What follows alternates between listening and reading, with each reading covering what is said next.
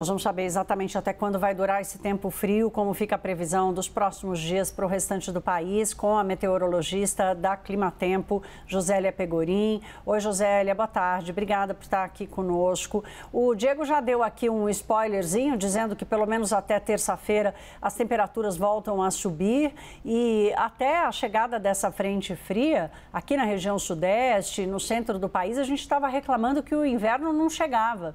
O inverno chegou, a temperatura melhora, mas já com cara de mais inverno, minha cara? Boa tarde, Thaís. Boa tarde a todos.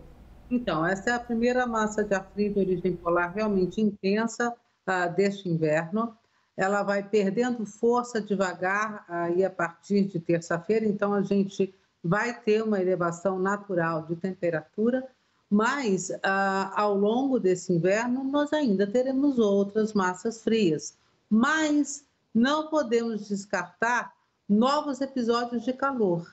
Nós estávamos numa situação de bloqueio, na verdade, nosso outono não teve frio, nós estamos terminando junho, que é um seríssimo candidato a ser o junho mais quente já registrado na cidade de São Paulo e talvez um dos mais quentes no Brasil, tá? Então, esse frio que a gente está sentindo agora nesse finalzinho de junho não vai alterar essa tendência.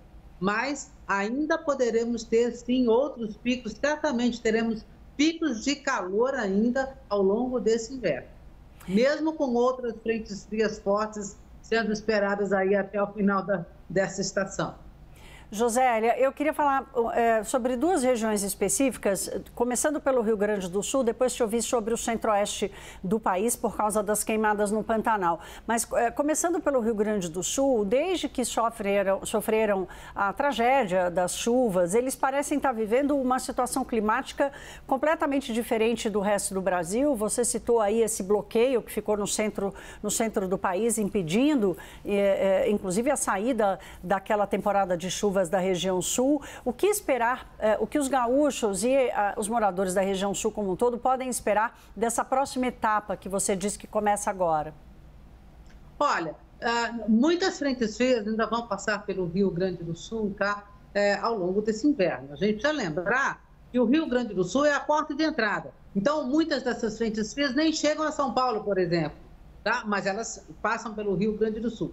Então, é possível que nós tenhamos outros eventos de chuva intensa sobre o Rio Grande do Sul? Sim, mas não com a frequência e não com a extensão e a intensidade que a gente teve, por exemplo, em maio ou no final de abril, tá? Então, assim, essas frentes frias, elas não vão mais ficar paradas, né? Assim, não há uma expectativa de bloqueio, pelo menos aí nessas próximas semanas, um novo bloqueio. Podem acontecer outros bloqueios? Pode, né? Nesse inverno, depois tem primavera, mas aí a gente vai ter uma situação bem diferente, porque a expectativa é de que nós tenhamos a organização de um fenômeno Laninha. O Laninha é o resfriamento do Oceano Pacífico Equatorial lá na costa do Peru. E quando o Laninha se estabelece, a circulação de vento sobre a América do Sul muda de tal forma que seca o Rio Grande do Sul, seca o sul do Brasil. Foi o que nós tivemos, por exemplo, nos últimos 3 anos. Assim, é difícil entender, né? Mas assim, no começo de 2023, o Rio Grande do Sul entrou no verão assim com emergência de seca. Verdade. Porque foram 3 anos de Laninha. Então, assim, nós vamos ter agora episódios de frio, tem até previsão de pancadas de chuva de novo para o Rio Grande do Sul aí, a partir de quarta, quinta-feira, mas nada que se compare, não há nenhum evento extremo de chuva, tá? Então, assim, episódios de chuva podem acontecer, até alguma chuva moderada forte, sim, mas nada que se compare, tá, ao que teve em maio ou mesmo no final de abril. Josélia, vamos falar então do centro-oeste do país. A gente vem acompanhando as altíssimas temperaturas, especialmente Mato Grosso do Sul, temperaturas acima de 35 graus, o que acaba piorando a situação das queimadas, impedindo que elas sejam controladas pelas forças que estão lá nesse combate. O que a gente pode esperar para os próximos dias? Olha, a gente precisa lembrar uma coisa que esse ano está muito especial. nós tivemos chuva, muito menos chuva do que o normal em junho e em maio. Já são meses onde a gente normalmente tem uma diminuição da chuva, já começa em maio, mas em maio não choveu quase nada. Praticamente todo o Brasil passou maio, com exceção do Rio Grande do Sul e do extremo norte, com menos chuva do que deveria ter. Tá? Então, assim, o período normal de estiagem, que é agora, na verdade começou mais cedo. Tá? Então, a vegetação está muito seca, o solo está muito seco, e as altas temperaturas que nós tivemos aí nesses 2 últimos meses aumentaram a evaporação. O que significa o quê? Você está retirando umidade de um lugar que já está seco. Tá? Então, daqui para frente, assim, os eventos de alguma chuva em Mato Grosso do Sul, ou no Centro-Oeste, ou no interior do Sudeste, são extremamente raros. Até teremos essa semana alguma chuva acontecendo em Mato Grosso do Sul, mas é uma chuva assim, de fraca, moderada intensidade, que não vai dar conta de realmente acabar com fogo no Pantanal ou de realmente refazer a umidade no solo para proteger o Pantanal. Nós estamos num ano crítico.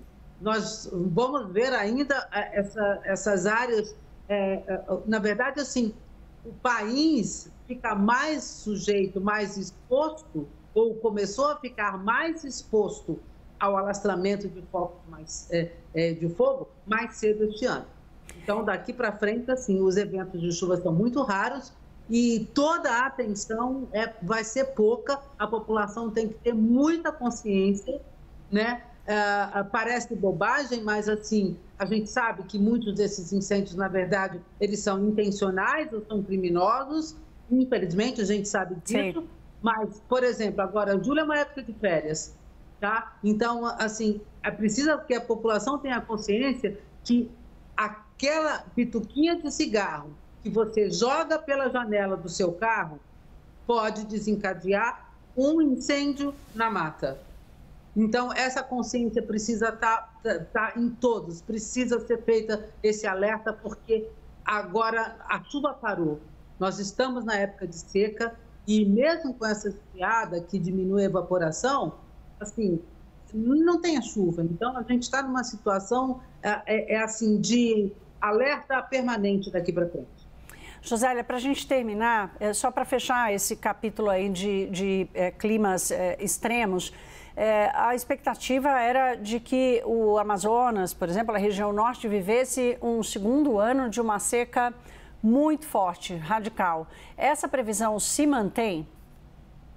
Sim, veja, está só começando o período de seca na região norte, né? Assim, agora a gente já tem essa diminuição natural, tá? De seca no norte do Brasil, e um dos fatores que nos preocupa muito é que o Oceano Atlântico tropical está muito quente, né? E esse excesso de calor, ele acaba induzindo sistemas, ou facilitando, digamos assim, sistemas de alta pressão em cima do Brasil, que impedem a ocorrência de chuva, tá? E causam, inclusive, esses bloqueios. Então, assim, oceano quente, a gente está vendo vamos ver duas consequências do Atlântico muito quente. Nunca nós vimos o Atlântico tão quente. Aliás, os oceanos tão quentes, né? Batendo todos os recordes em 2023, e esse calor passou para 2024. Estamos começando agora a temporada de furacões no Atlântico Norte, com um big de um furacão, já está em categoria 4, né? Outros virão, e esse calor do Atlântico Norte, o Atlântico na costa brasileira também mais quente do que o normal, não é uma boa coisa, tá? Então, a gente vai lidar com essa situação ao longo desse ano ainda. Josélia Pegorim, do Climatempo. Josélia, são notícias preocupantes, né? Assim, deixa a gente triste até, porque tudo parece irreversível se a gente não mudar muito o jeito de viver nesse planeta. Mas eu te agradeço, minha cara, por ter nos ajudado a compreender esse cenário aqui no Agora CNN. Um bom final de domingo para você. Para todos. Obrigada. Bom trabalho.